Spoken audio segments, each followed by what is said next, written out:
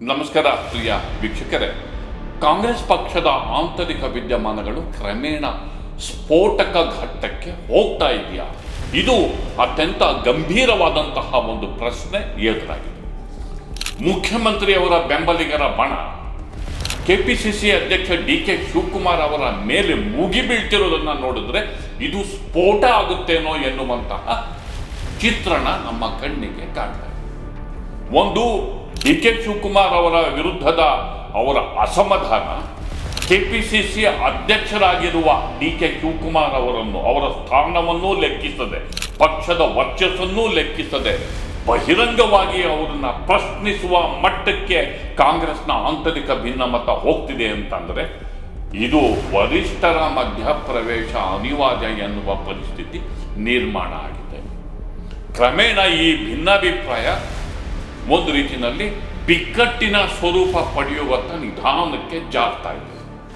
ಈ ವಿದ್ಯಮಾನದ ಬಗ್ಗೆ ಇಂದಿನ ಮಾತು ಮಂಥನ. ಸ್ನೇಹಿತರೆ, ಗೆಳೆಯರೆ, ಡಿ.ಸಿ.ಎಂ ಡಿ.ಕೆ. ಶಿವಕುಮಾರ್ ಅವರು ಕೆಪಿಸಿಸಿ ಅಧ್ಯಕ್ಷರು ಕೂಡ ಆಗಿದ್ದಾರೆ. ಅವರ ವಿರುದ್ಧ ಒಂದು ಬಣ ಮುಗಿಬಿದ್ದಿದೆ. ಜಾರಕಿಹೊಳಿ ಅವರು ಸ್ಟೇಟ್ಮೆಂಟ್ ಮಾಡ್ತಿದ್ದಾರೆ. ರಾಜಣ್ಣ ಅವರು ಸಮರವನ್ನು ಘೋಷಣೆ ಮಾಡಿದ್ದಾರೆ. ಮತ್ತೊಂದು ನಾಟಕೀಯ ವಿದ್ಯಮಾನದಲ್ಲಿ ಗೃಹ ಮಂತ್ರಿ ಡಾಕ್ಟರ್ ಜಿ. ಪರಮೇಶ್ವರ್ ದೆಹಲಿಗೆ ದೌಡಾಯಿಸಿ ವರಿಷ್ಠರ ಭೇಟಿಗೆ ಕಾದು ನಿಂತಿದ್ದಾರೆ. ಅವರೆಲ್ಲರೂ ಕೂಡ ಕೆಪಿಸಿಸಿ ಅಧ್ಯಕ್ಷ ಸ್ಥಾನ ಬದಲಾಗಬೇಕು ಅನ್ನುವ ಒಂದು ಹಠದೊಂದಿಗೆ ಅವರು ತಮ್ಮ ಕಾರ್ಯತಂತ್ರವನ್ನು ರೂಪಿಸ್ತಿರೋದು ನಮಗೆಲ್ಲರಿಗೂ ಕೂಡ ಗೊತ್ತಾಗಿದೆ. ಹಾಗಾದರೆ ಯಾಕಾಗಿ ಈ ಡೆವಲಪ್ಮೆಂಟು? ಡಿ.ಕೆ. ಶಿವಕುಮಾರ್ ಮಾತ್ರ ಹೆಚ್ಚು ಪ್ರಚೋದನೆಗೆ ಒಳಗಾಗದೆ ತಾವಾಯಿತು ತಮ್ಮ ಕೆಲಸವಾಯಿತು ಎನ್ನುವ ರೀತಿಯಲ್ಲಿ ಇದ್ದಾರಲ್ಲ, ಯಾಕಾಗಿ ಇಂತಹ ಒಂದು ವಿದ್ಯಮಾನ ನಡೀತಾ ಇದೆ ಮತ್ತು ಹೀಗೆ ಕ್ರಮೇಣ ಬೀದಿ ಕಾಳಗದ ಸ್ವರೂಪವನ್ನ ಇದು ಪಡ್ಕೋತಿದೆಯಾ ಅನ್ನುವಂತಹ ಮುಖ್ಯವಾದಂತಹ ಪ್ರಶ್ನೆ. ಇದನ್ನ ಯಾಕೆ ಹೇಳ್ತಿದ್ದೀನಿ ಅಂದ್ರೆ, ಅವರು ಕೇವಲ ಉಪಮುಖ್ಯಮಂತ್ರಿ ಆಗಿಲ್ಲ, ಒಂದು ಪಕ್ಷದ ಅಧ್ಯಕ್ಷರು ಆಗಿದ್ದಾರೆ. ರಾಜಣ್ಣ ಅವರು ಇತಿಮಿತಿಯನ್ನ ಮೀರಿ, ಎಲ್ಲೆಯನ್ನ ಮೀರಿ, ಶಿಸ್ತಿನ ಗಡಿಯನ್ನ ದಾಟಿ ಪಾರ್ಟಿಯ ಪ್ರೆಸಿಡೆಂಟ್ ಅನ್ನ ಪ್ರಶ್ನೆ ಮಾಡ್ತಿದ್ದಾರೆ. ಪಕ್ಷದ ಅಧ್ಯಕ್ಷರ ವಿರುದ್ಧ ಬಹಿರಂಗ ಮತ್ತು ಅತ್ಯಂತ ಖಾರವಾದ ಹೇಳಿಕೆಯನ್ನ ಕೊಟ್ಟು ಅವರನ್ನ ನಿಂದಿಸುವ ರೀತಿಯಲ್ಲಿ ಮಾತಾಡ್ತಿದ್ದಾರೆ. ಇದು ಮೇಲ್ನೋಟಕ್ಕೆ ಗೊತ್ತಾಗುತ್ತೆ ಇದೀಗ ಶಿಸ್ತಿನ ಉಲ್ಲಂಘನೆಯ ಸ್ವರೂಪವನ್ನ ಪಡಿತಾ ಇದೆ. ಅಂದ್ರೆ ಶಿಸ್ತಿನ ಉಲ್ಲಂಘನೆಯ ಸ್ವರೂಪವನ್ನ ಪಡಿತಾ ಇದ್ರೂ ಕೂಡ ಪಕ್ಷದ ವರಿಷ್ಠರು ಇದನ್ನು ನೋಡ್ಕೊಂಡು ಸುಮ್ಮನಿದ್ದಾರೆ ಅಂತಂದ್ರೆ ಪಾರ್ಟಿನಲ್ಲಿ ಎಲ್ಲವೂ ಸರಿ ಇಲ್ಲ ಎನ್ನುವಂತಹ ಸಂದೇಶ ರವಾನೆ ಆಗ್ತಾ ಇದೆ. ಇದು ಯಾಕೆ ಇಂತಹ ಪರಿಸ್ಥಿತಿ ಸೃಷ್ಟಿಯಾಗಿದೆ? ಜನ ಈ ಬಗ್ಗೆ ಮಾತನಾಡುವಂತಹ ಪರಿಸ್ಥಿತಿ ಕ್ರಮೇಣ ಉಂಟಾಗ್ತಾ ಇದೆ. ಯಾಕೆಂತಂದ್ರೆ ಡಿ.ಕೆ. ಶಿವಕುಮಾರ್ ಅವರು 2 ಹುದ್ದೆಯಲ್ಲಿದ್ದಾರೆ. ಅದನ್ನು ಪ್ರಶ್ನೆ ಮಾಡೋದು ಅಥವಾ ಅದನ್ನು ಕೇಳೋದು ಅವ್ರ ಪಕ್ಷದ ನಾಯಕರು ಏನ್ ಬೇಕಾದ್ರೂ ಕೇಳ್ಕೋಬಹುದು. ಅದರಲ್ಲೇನು 2 ಮಾತಿಲ್ಲ.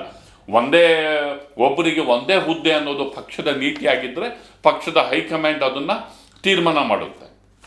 ಇಲ್ಲಿ ಅವರು ಕೆಪಿಸಿಸಿ ಅಧ್ಯಕ್ಷ ಆಗಿದ್ದಂತಹ ಸಂದರ್ಭದಲ್ಲಿ, ಬಿಜೆಪಿ ರೂಲಿಂಗ್ ಇದ್ದಂತಹ ಸಂದರ್ಭದಲ್ಲಿ ಅವರು ಫೈಟ್ ಮಾಡಿದ ರೀತಿ, ಬಿಜೆಪಿಯ ವಿರುದ್ಧ ಕಾರ್ಯತಂತ್ರ ರೂಪಿಸಿದ ರೀತಿ, ಕೋಮುವಾದಿ ಶಕ್ತಿಗಳನ್ನು ಹಿಮ್ಮೆಟ್ಟಿಸಿದ ರೀತಿ, ಪರ್ಯಾಯ ರಾಜಕೀಯ ಶಕ್ತಿಯನ್ನ ಇಡೀ ಭಾರತ ರಾಜಕಾರಣದಲ್ಲಿ ಒಂದು ಟ್ರೆಂಡ್ ಸೆಟ್ಟಿಂಗ್ ಶಕ್ತಿಯನ್ನಾಗಿ ಕರ್ನಾಟಕದಲ್ಲಿ ಕಾಂಗ್ರೆಸ್ ಪಕ್ಷವನ್ನ ಸಿದ್ದರಾಮಯ್ಯನವರ ಜೊತೆ ಸೇರಿ ಅವರು ಆ ಪಕ್ಷವನ್ನ ಬೆಳೆಸಿದ ರೀತಿ, ಇದನ್ನ ಗಮನಿಸಿದ್ರೆ ಒಂದು ರೀತಿಯಲ್ಲಿ ಭಾರತ ರಾಜಕಾರಣದಲ್ಲೇ ಒಂದು ರೀತಿಯ ದಾಖಲೆಯನ್ನ ಕರ್ನಾಟಕ ಚುನಾವಣೆ ಮತ್ತು ಕರ್ನಾಟಕ ಕಾಂಗ್ರೆಸ್ ಬರೆದಿತ್ತು ಅನ್ನೋದು ಎಲ್ರಿಗೂ ಕೂಡ ವೇದ್ಯ ಆಗುತ್ತೆ.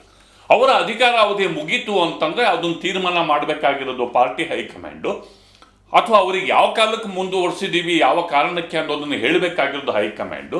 ಕೇಳಲೇಬೇಕು ಅಂದ್ರೆ ಹೈಕಮಾಂಡ್ ಹತ್ರ ಕೇಳೋದಕ್ಕೂ ಒಂದು ವಿಧಾನ ಇರುತ್ತೆ. ಆದರೆ ಬಹಿರಂಗವಾಗಿ ನಿಂದಿಸುವ ಧ್ವನಿಯಲ್ಲಿ ಪಕ್ಷದ ಅಧ್ಯಕ್ಷನ ವಿರುದ್ಧ ಮಾತನಾಡುವ ರೀತಿ ಇದೆಯಲ್ಲ, ಅದು ಪಕ್ಷದ ವರ್ಚಸ್ಸಿಗೆ ಧಕ್ಕೆ ಎನ್ನುವಂತಹ ಭಾವನೆ ವ್ಯಕ್ತ ಆಗ್ತಾ ಇದೆ. ಇಷ್ಟಿದ್ರೂ ಕೂಡ ಇವತ್ತು ಜಾರಕಿಹೊಳಿ ಅವರು, ರಾಜಣ್ಣ ಅವರು ಈ ಥರ ಮಾತಾಡಬಾರ್ದಿತ್ತು ಬಹಿರಂಗವಾಗಿ ಅಂತ ಒಂದು ಶಬ್ದವೂ ಹೇಳಲಿಲ್ಲ. ಬದಲಿಗೆ ಅವರು, ರಾಜಣ್ಣ ಅವರು ಆಕ್ರೋಶ ಭರಿತರಾಗಿ ಪಾರ್ಟಿ ಅಧ್ಯಕ್ಷ ಸ್ಥಾನ ನಮಗೆ ಕೊಡಿ ಅಂತ ಕೇಳ್ತಾ ಇದ್ದಾರೆ. ಜಾರಕಿಹೊಳಿ ಅವರು ಅದನ್ನೇ ಸಾಫ್ಟಾಗಿ ಹೇಳಿದರು, ನಮಗೆ ಪಾರ್ಟಿ ಪ್ರೆಸಿಡೆಂಟು ಚೇಂಜ್ ಆಗಲೇಬೇಕು, ಡಿ.ಕೆ. ಶಿವಕುಮಾರ್ ಚೇಂಜ್ ಆಗಲೇಬೇಕು ಅನ್ನೋ ಹಠ ಏನಿಲ್ಲ, ನಮ್ಮದು ಪ್ರಾರ್ಥನೆ ಅಂತ. ಒಂದು ರಾಜಣ್ಣ ಅವ್ರದ್ದು ಹಠ, ಜಾರಕಿಹೊಳಿ ಅವ್ರದ್ದು ಪ್ರಾರ್ಥನೆ. ಆದರೆ ಇಬ್ರು ಟಾರ್ಗೆಟ್ ಒಬ್ರೆ, ಡಿ.ಕೆ. ಶಿವಕುಮಾರ್. ಈಗ ಜಾರಕಿಹೊಳಿ ಅವರ ರಿಯಾಕ್ಷನ್ ಅನ್ನು ನೋಡೋಣ ಬನ್ನಿ. ಸ್ಟಾರ್ಟ್ ಆಗಿದೆ. ಒಂದು ಕಡೆಯಿಂದ ರಾಜಣ್ಣ ಅವರು ಅವರನ್ನ ಕೆಪಿಸಿಸಿ ಅಧ್ಯಕ್ಷರಾಗಿದ್ದು ಇಳಿಸಬೇಕು ಅನ್ನೋದು ಒಂದು ಹಠ.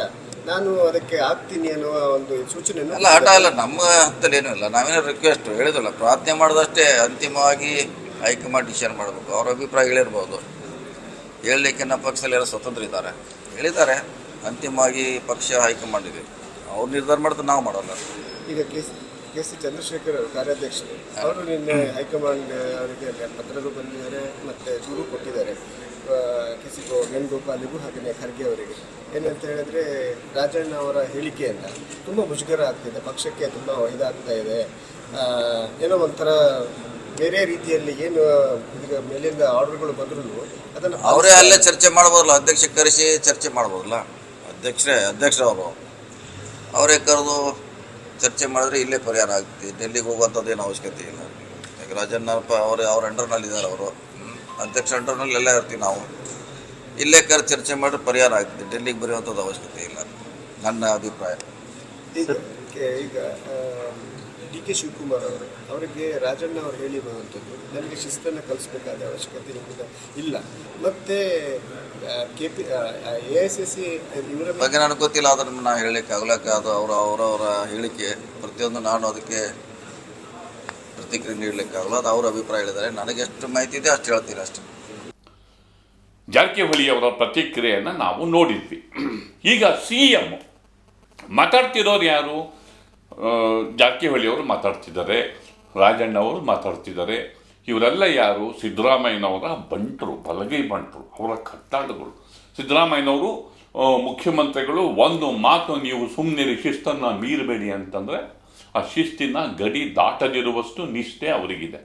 ಸಿದ್ದರಾಮಯ್ಯ ಇವತ್ತು ಈ ಬಗ್ಗೆ ಮುಖ್ಯಮಂತ್ರಿಗಳಿಗೆ ಪ್ರಶ್ನೆಯನ್ನು ಮಾಡಿದಾಗ ಅವರು ಹೈಕಮಾಂಡ್ ತೀರ್ಮಾನವೇ ಅಂತಿಮ ಅಂತಿಷ್ಟೇ ಹೇಳಿದರೆ ಹೊರತು ರಾಜಣ್ಣ ಅವ್ರ ಸ್ಟೇಟ್ಮೆಂಟ್ ಆಗಲಿ, ಜಾರಕಿಹೊಳಿ ಅವ್ರ ಸ್ಟೇಟ್ಮೆಂಟ್ ಆಗಲಿ ಬಹಿರಂಗವಾಗಿ ಈ ಥರ ಹೇಳಿ ಪಾರ್ಟಿ ಪ್ರೆಸಿಡೆಂಟನ್ನು ನಿಲ್ಲಿಸೋ ರೀತಿನಲ್ಲಿ ಮಾತಾಡೋದು ಸರಿಯಲ್ಲ ಅಂತ ಅವ್ರು ಹೇಳಲಿಲ್ಲ. ಪಾರ್ಟಿ ಹೈಕಮಾಂಡೇ ಅಂತಿಮ ಅಂತ ಹೇಳಿ ಅಷ್ಟಕ್ಕೆ ಸುಮ್ಮನಾದರು. ಅವರ ಪ್ರತಿಕ್ರಿಯೆ ನೋಡೋಣ ಬನ್ನಿ.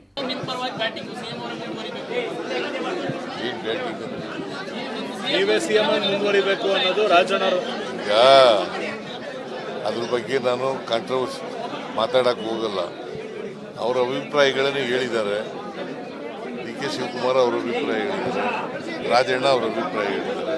ಸರ್, ಈ ಅಧಿಕಾರದ ಸೂತ್ರ ರಚನೆ ಆಗಿರೋದು ಸತ್ಯನ ಅಂತ ಸರ್? ಈ ಅಧಿಕಾರದ ಸೂತ್ರ ರಚನೆ ಆಗಿರೋದು ಸತ್ಯನ ಅಂತ ಸರ್? ಅಧಿಕಾರದ ಸೂತ್ರ ಸರ್ ಹೇಳಿದೆ ನಿಮಗೆ, ಹೈಕಮಾಂಡ್ನವರು ಅಂತಿಮವಾಗಿ ತೀರ್ಮಾನ ಮಾಡೋರು. ಅವ್ರು ಏನು ತೀರ್ಮಾನ ಮಾಡ್ತಾರೆ ಅದು ಅಪ್ಲಿಕಬಲ್ ಟು ಆಲ್. ಅಂದರೆ ಸಿದ್ದರಾಮಯ್ಯ ಅವರ ಈ ಪ್ರತಿಕ್ರಿಯೆ ಅತ್ಯಂತ ಜಾಣತನದ ಪ್ರತಿಕ್ರಿಯೆ. ಒಂದು ರೀತಿಯಲ್ಲಿ ಹಾವು ಸಾಯಬಾರ್ದು, ಕೋಲು ಮುರಿಬಾರ್ದು ಅನ್ನುವಂಥ ಹೇಳಿಕೆ ಅವರು ರಾಜಕೀಯವಾಗಿ ಜಾಣತನದಿಂದ ಅವರು ಸ್ಟೇಟ್ಮೆಂಟನ್ನು ಮಾಡಿದ್ದಾರೆ. ಇದ್ದದ್ರಲ್ಲಿ ಮಾಜಿ KPCCಯ ಮಾಜಿ ಅಧ್ಯಕ್ಷರು ಹಾಗೆ ಆರೋಗ್ಯ ಸಚಿವರು ದಿನೇಶ್ ಗುಂಡೂರಾವ್ ಅವರು ಇಲ್ಲ, ಈ ಥರ ಬಹಿರಂಗವಾಗಿ ಮಾತಾಡೋದು ಸರಿ ಇಲ್ಲ, ಒಂದು ಪಕ್ಷದ ವ್ಯವಸ್ಥೆಯಲ್ಲಿ ಕೇಳೋದಕ್ಕೆ ಇತಿಮಿತಿ ಇರುತ್ತೆ, ಯಾವತ್ತೂ ಆ ಇತಿಮಿತಿಯನ್ನು ಕ್ರಾಸ್ ಮಾಡಬಾರ್ದು ಅಂಥೇಳಿ ಮುತ್ಸದ್ದಿತನದಿಂದ ಒಂದು ಮೆಚೂರ್ಡ್ ಆದಂತಹ ರಿಯಾಕ್ಷನನ್ನು ಕೊಟ್ಟಿದ್ದಾರೆ. ಈಗ ಅದನ್ನು ನೋಡೋಣ ಬನ್ನಿ. ನೋಡಿ, ನಾವು ಇದೆಲ್ಲ ಬಹಿರಂಗವಾಗಿ ಮಾತಾಡೋದು ಸರಿಯಲ್ಲ. ಏನೇ ಇದ್ರೂ ನಮ್ಮ ಪಕ್ಷದ ವರಿಷ್ಠರ ನಾವು ಏನೇನು ಸಮಸ್ಯೆಗಳಿದ್ರೆ ಹೇಳ್ಕೊಳ್ಬೇಕು. ನಾವು ಸಾರ್ವಜನಿಕವಾಗಿ ಚರ್ಚೆ ಮಾಡೋದರಲ್ಲಿ ಯಾವ ಅರ್ಥ ಇಲ್ಲ. ಯಾಕೆ ಈ ಎಲ್ಲ ವಿಷಯಗಳೇನಿದೆ ಅದು ಎಲ್ಲಿ ಯಾವ ಹಂತದಲ್ಲಿ ಮಾತಾಡ್ಬೇಕು ಅಲ್ಲಿ ಮಾತಾಡ್ಬೇಕು. ಅದರಿಂದ ನಮ್ಮ ಮುಖಂಡರು ಕೂಡ ಈಗಾಗಲೇ ಖರ್ಗೆ ಸಾಹೇಬರೇ ಹೇಳಿದ್ದಾರೆ, ಈ ಥರ ಚರ್ಚೆಗಳು ಮಾಡಬೇಡಿ ಅಂತ. ಆದ್ರೂ ಈ ಥರ ಚರ್ಚೆಗಳು ಆಗ್ತಾ ಇರುವಂಥದ್ದು ಸರಿಯಲ್ಲ. ಇದೆಲ್ಲ ಆಕ್ಚುಲಿ ನಮ್ಮಲ್ಲಿ ಏನು ಅಂಥ ಸಮಸ್ಯೆ ಏನಿಲ್ಲ, ಎಲ್ಲರೂ ನಾವು ಒಂದಾಗೇ ಇದ್ದೀವಿ. ಅದು ಕೆಲವು ಸಣ್ಣ ಪುಟ್ಟ ಒಂದು ಪ್ರತಿಷ್ಠೆಯ ವಿಚಾರಗಳಾಗಿದೆ ಹೊರತು ಬೇರೆ ಇನ್ನೇನೊಂದು ದೊಡ್ಡ ಸಮಸ್ಯೆ ಏನಿಲ್ಲ.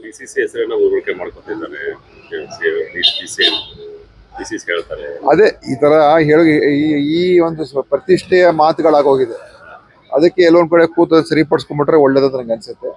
ಇಲ್ಲದೆ ಹೋದ್ರೆ ಇದೆಲ್ಲ ಸಾರ್ವಜನಿಕವಾಗಿ ಮಾತಾಡ್ಕೊಂಡು ಏನು ಆಗುವಂಥದ್ದು ಏನಿಲ್ಲ.